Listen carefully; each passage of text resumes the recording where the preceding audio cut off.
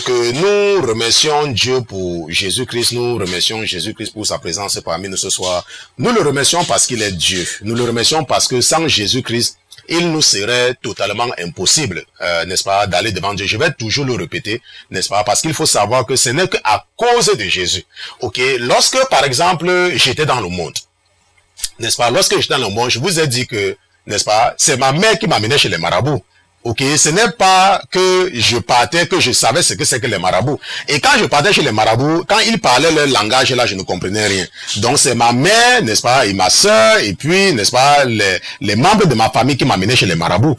Ok, pour eux, ils croyaient que c'était pour mon bien. Mais ils ne savaient pas qu'ils étaient en train, n'est-ce pas, d'établir des liens.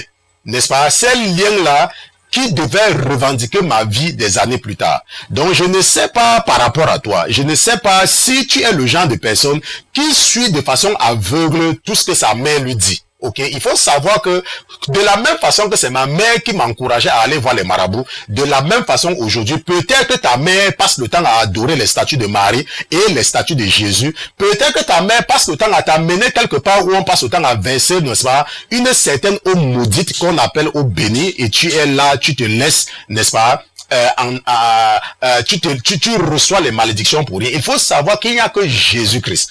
Ok, et ça, j'ai eu, n'est-ce pas, disons la grâce de comprendre. Parce que lorsque j'étais malade et qu'on me demandait beaucoup d'argent en Afrique, on disait, oh, on n'est pas chez tel marabout, il a demandé 300 000. Oh, on n'est pas chez tel marabout, il a demandé, je pense qu'un marabout avait demandé un jour 700 000, n'est-ce pas? On m'a dit que, oh, le marabout demande 700 000 parce que ton cas est machin. Je lui ai dit, allez dire au marabout là que j'ai choisi Jésus-Christ et que je n'ai plus besoin d'aucune intervention. Je n'ai plus besoin que ma grand-mère qui est morte depuis parle pour moi. Je n'ai plus besoin que mon grand-père qui est mort depuis parle pour moi. Je n'ai plus besoin que mon père qui est décédé parle pour moi. Maintenant, je suis avec Jésus-Christ. Je ne connais pas la situation dans laquelle tu es, mais je sais que je suis en train de m'agresser à quelqu'un ce soir. Je ne connais pas quel est le niveau de ton père, je ne connais pas quel est le niveau de ta mère. Je ne sais pas si ton père a obtenu la licence comme toi, ou la maîtrise, ou le doctorat, mais tu es toujours en train de suivre aveuglement tes parents, n'est-ce pas, dans l'hérésie qui te montre comment utiliser les objets que Dieu a interdits pour le louer avec. Et tu te dis que c'est parce que c'est là où tu es né.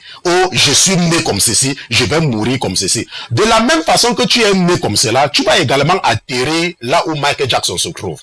Est-ce que tu me comprends? Donc, il faut éviter d'utiliser ce langage, que je suis né comme ça, je vais mourir comme ça. Ok, quelqu'un, un intellectuel ne parle pas comme ça. Un intellectuel a l'esprit ouvert. Un intellectuel part regarder. Moi, je suis parti regarder aujourd'hui, n'est-ce pas, j'ai obtenu ma guérison et ça fait des années que je ne sais même pas là où un médecin se trouve.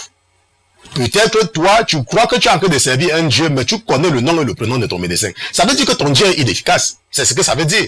N'est-ce pas? Si le Dieu qui est le Dieu de la Bible t'a promis de retirer toute maladie de toi et que tu passes le temps à défiler à l'hôpital, ça veut dire qu'il n'est pas ton Dieu. Ou alors ta façon de le servir n'est pas la façon qu'il veut. Parce qu'un enfant de Dieu ne connaît pas le nom et le prénom de son médecin. Un enfant de Dieu ne connaît pas les noms de tous les infirmiers d'un hôpital. Parce que Dieu a dit que si tu marches selon ma volonté, alors toutes les maladies que tu as connues en Égypte, ça veut dire que dans le monde, ne pourront plus te localiser. Ok? Je remercie le Seigneur Jésus-Christ pour la vie de cette personne qui nous écoute pour la première fois certainement et que le Saint-Esprit avait un message d'encouragement pour lui. Donc nous serons ce soir dans Jérémie chapitre 24 et 25. Je pense qu'en introduction, j'ai dit 23 et 24, mais ça sera 24 et 25. Et nous allons voir la différence entre le rêve, la vision et la prophétie. Je ne pense pas que nous allons terminer aujourd'hui parce que j'ai jusqu'à 4 pages avec moi. Je ne pense pas qu'on peut... Bon, là on va terminer, Ok, allons dans Jérémie chapitre 24. Allons rapidement, nous allons lire des versets 1 à 10.